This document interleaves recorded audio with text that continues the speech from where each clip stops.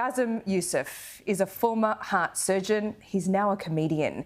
As the Gaza war broke out, he became a voice for Palestinian people everywhere. He made headlines during a viral interview with my colleague Piers Morgan, where he used his sharp brain and black humour to present his side of the argument.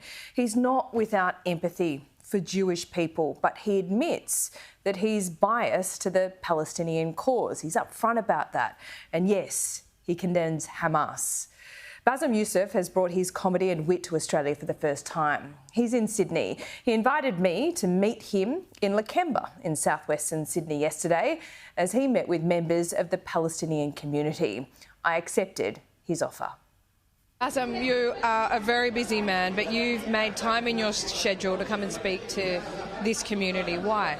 Well, I do that in all of my comedy tours, whether or not, people have, some people around the world have started to know who I am through the recent interviews, but as a comedian, when I travel to a different place, I like to meet the local communities. It gives me material. So and I use it, and people feel seen and heard when I use that in my comedy. But also, I am very lucky and I'm very grateful to work in a profession where you get to get your income through traveling all around the world and making people laugh. So if I have this opportunity to travel and see different communities, it will be a waste not to explore the communities. It adds more to me and to my knowledge and to my my awareness towards the world that we live in.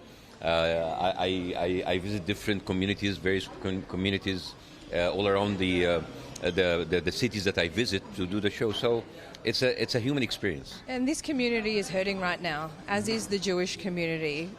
Australia is a world away from Gaza, but it's so close for these people. How do you explain to Australians the intergenerational trauma, which I might say is on both sides?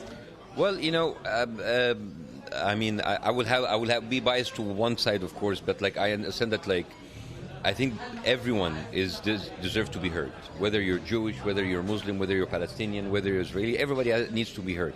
And you will find certain people that they will feel that their voices are not heard enough, they're not being represented enough. So I think if we can sit down as a decent dialogue where everybody could say their piece and they can tell their stories, and when we listen to each other, I think we'll have more empathy towards each other, problems and hurt and pain, and we can see others' people pain and grievances and react to that and have empathy towards that. At a time like this, I think we all look to simplify it in our own minds, and there's not a lot of nuance in this debate. Bassem, I know you've thought deeply about this. You've done long interviews with my friend Piers Morgan. How do we get nuance back into the debate, and why do you think it's so important? Well, I think the problem is how the news is set up right now. It's set more of a kind of a sensational show, which has only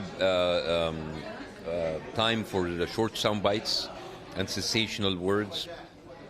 But I think, and I understand how it comes from, because from an average American or European or Australian, they only have that much time to watch entertainment or sports. So when they are exposed to the news, if it's not interesting and sensational, they might turn off, and that's why the sensations happen. So it is a difficult question to answer. And I think that when we have a much more nuanced, deep conversation, you mentioned Piers. The second interview, I really loved talking to Piers. We talked as friends. Piers is not my enemy. He's a wonderful person, and off camera he has a very charming personality. And whatever you see on maybe it could be part of his personality, but it's also the persona.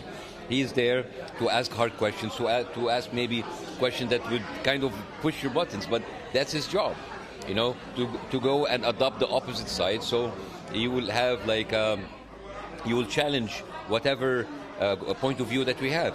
But when I sat with him not with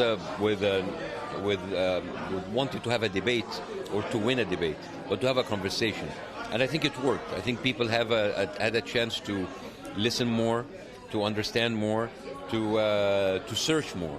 And I hope that we have more of this, of kind of deep, nuanced, complex conversation, so that we can listen to each other instead of talking over each other. I wanted you on my show, and you insisted I come here today, and I was very willing to do so. Why? Well, first of all, I didn't have time. because I'm doing 9 shows in 6 days. Yeah. So it was you wanted me to sit with this community. Because I want you to, like, as a news reporter, I think it will be useful for your viewers to have more than like kind of like quick sound bites, but kind of like talk to the people. I think if you want to discuss the news, you talk to the people. If you want to discuss events, you talk to the people. If you want to discuss conflicts, you talk to the people, because at the end of the day, it's about people.